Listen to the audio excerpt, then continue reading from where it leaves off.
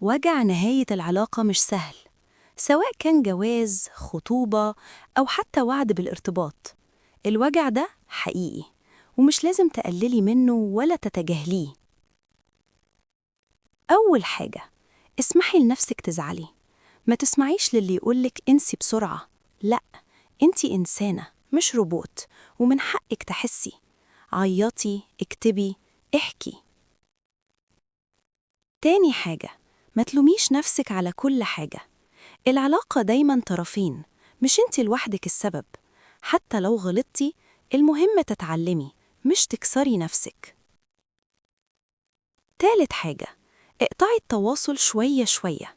عارفة إنه صعب، بس المتابعة على السوشيال ميديا أو إنك تفضلي مستنية رسالة ده بيطول الوجع. ادي لنفسك فرصة تهدي وتفوقي. رابع حاجة، ارجعي لنفسك تاني. فاكرة قبل العلاقة كنت بتحبي إيه؟ رياضة، قعدة مع صحابك، شغل، تطوير نفسك. ابدأي ترجعي للحاجات دي واحدة واحدة، هتحسي إنك بتقومي تاني. خامس حاجة، ما تستعجليش علاقة جديدة. مش عشان تهربي من الوجع تدخلي في حاجة جديدة. لازم الأول تبقي مرتاحة مع نفسك. وأهم حاجة، انتهاء العلاقة مش معناها إنك فشلتي. بالعكس، أوقات بيكون ربنا بيبعد عنك حاجة مش مناسبة ليكي. وفي الآخر، الوجع ده هيخف، حتى لو مش حاسة بده دلوقتي.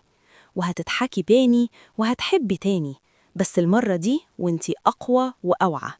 خدي نفس عميق وافتكري، انتي تستاهلي حب يطمنك، مش يوجعك.